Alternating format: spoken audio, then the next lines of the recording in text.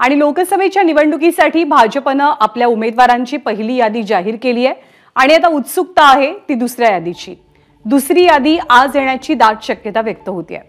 राज्यातल्या 25 जागांसंदर्भात बैठकीत चर्चा झाल्याची माहिती विश्वसनीय सूत्रांकडून मिळाली आहे। नागपूरमधनं केंद्रीय मंत्री नितीन गडकरी, बीडमधनं पंकजा मुंडे, चंद्रपूरमधनं सुधीर मुनगंटीवार, जालन्यामधनं मंत्री रावसाहेब दानवे यांच्या नावावर चर्चेची माहिती आहे। तर दुसरीकडे पुण्यामधनं मुरलीधर मोहोळ, दिंडोरीमधनं केंद्रीय मंत्री भारती पवार आणि भिवंडीतनं कपिल पाटील यांना सुद्धा उमेदवारी मिळण्याची दाट शक्यता आहे। तर बारामतीची जागा अजित पवार गटाला दिली जाण्याचा अंदाज व्यक्त होतोय।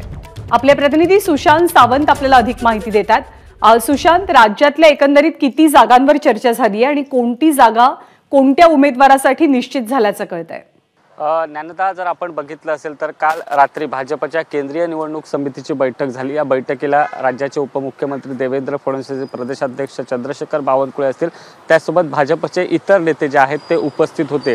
जी आपल्याला माहिती मिळते त्यानुसार राज्यातील जवळपास 25 जागांवर या बैठकीत चर्चा झाली। त्यामध्ये जर बघितलं असेल तर भाजपचे जे 23 खासदार 2019च्या लोकसभा निवडणुकीत निवडून आले त्या जागांवर विशेषतः चर्चा झाली आणि त्यामध्ये 2 जागा, एक तर बारामतीची जी अजित पवार गटाला दिली जाऊ शकते अशी आपल्याला माहिती मिळते आणि दुसरी चंद्रपूर, अशा एकूण 25 जागांवर चर्चा झाली। त्यामध्ये आपल्याला जे काही नावं समजतात त्या बैठकीत ज्या नावांवर चर्चा झाली त्यामध्ये रावसाहेब दानवे असतील, कपिल पाटील असतील, भारती पवार असतील, केंद्रीय या तिन्ही मंत्र्यांच्या नावावर चर्चा झालेली आहे। त्यासोबत चंद्रपूरमध्ये कदाचित सुधीर मुनगंटीवार यांचं देखील नाव समोर येत आहे, त्यांच्या देखील नावावर चर्चा झाली। तर दुसरीकडे बीडमध्ये प्रीतम मुंडे यांचा पत्ता कट होऊन त्या जागी पंकजा मुंडे यांना उमेदवारी दिली जाऊ शकते अशी देखील चर्चा आहे। त्यामुळे आता यादी कधी येणार ते देखील पाहणं तितकंच महत्त्वाचं ठरणार। जी माहिती मिळते त्यानुसार आज रात्री उशिरापर्यंत यादी अपेक्षित आहे, कारण भाजपच्या पहिल्या उमेदवारांची यादी जाहीर झाली त्यामध्ये महाराष्ट्रातील उमेदवारांचा समावेश नव्हता।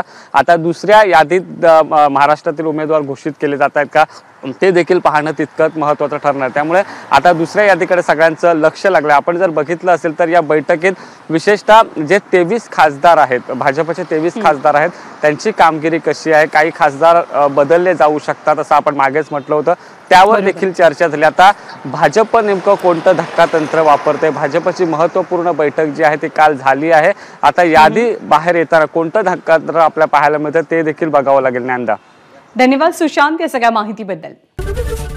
एबीपी माझा, उघडा डोळे बघा नीट।